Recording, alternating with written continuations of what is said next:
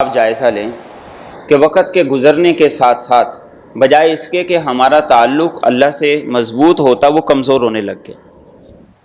جب وبا کا آغاز تھا تو ہم گھروں کی چھتوں پہ چڑھ کے اذانیں دے رہے تھے۔ جب وبا کا آغاز تھا ہم راشن تقسیم کر رہے تھے۔ جب وبا کا آغاز تھا تو ہم توبہ، استغفار اور ان تمام اعمال کے اندر لگے ہوئے تھے۔ اور وقت گزرنے کے ساتھ یہ تعلق مضبوط ہونا چاہیے تھا یا کمزور ہونا چاہیے تھا؟ وقت گزرنے کے ساتھ ساتھ ہمارے ان اعمال میں بہتری آنی چاہیے تھی یا ہمارے یہ اعمال وہ پہلے سے کمزور ہو جاتے؟ جب وبا آئی تو ہم نے گھروں کے اندر نماز با جماعت کا سلسلہ شروع کیا، لیکن اب وہ بھی کمزور پڑ گیا، اور 1-2 مہینے کے اندر انشاءاللہ وبا بالکل ختم ہو جائے گی، اسکول شروع ہو جائیں گے، تو کیا ہم نمازیں بھی چھوڑ دیں گے؟ جو کچھ ہم کر رہے ہیں وہ سب کچھ چھوڑ دیں؟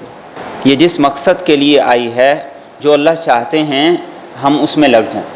قرآن کریم میں یہی آیا فلولا اذ جاءہم بأسنا تضرعوا، کہ جب ہماری طرف سے ان پر آفت آ گئی، ہماری طرف سے ان پر مصیبت آ گئی، پریشان آ گئی، تو کیوں نہیں ان لوگوں نے آہوزاری کی، کیوں نہیں اللہ کے سامنے روئے گڑ گڑائے؟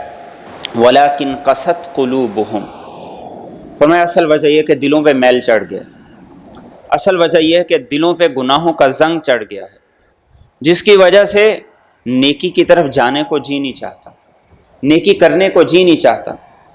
اور اگلا کام کیا ہے؟ وَزَيَّنَ لَهُمُ الشَّيْطَانُ مَا كَانُوا يَعْمَلُونَ، شیطان نے کچھ ایسے کاموں میں لگا دیا جن میں لگ کے وہ سمجھتے ہیں کہ ہم بڑا اچھا کر رہے ہیں۔ آج نماز کا، صدقے کا، استغفار کا، توبہ کا، اللہ کی طرف رجوع کا ہم اتنا اہتمام نہیں کرتے جتنا اہتمام اس بات کی طرف ہے کہ ٹھنڈا نہ پئیں گرم پئیں، جتنا اہتمام اس بات کی طرف ہے کہ گھر کے اندر یخنی پئیں، سنا مکی سے علاج کریں۔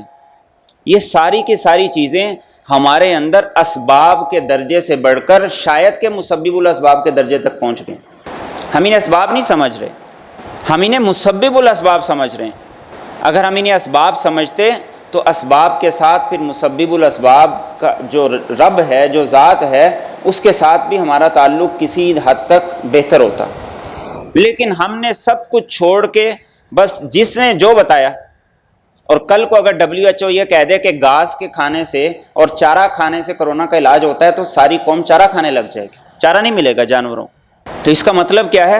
اس کا مطلب یہ ہے کہ ہم مسبب الاسباب کو نہیں دیکھ رہے، ہمارا سارا زور اور ہماری ساری قوت اور توانائی وہ صرف اسباب پہ خرچ ہو رہی۔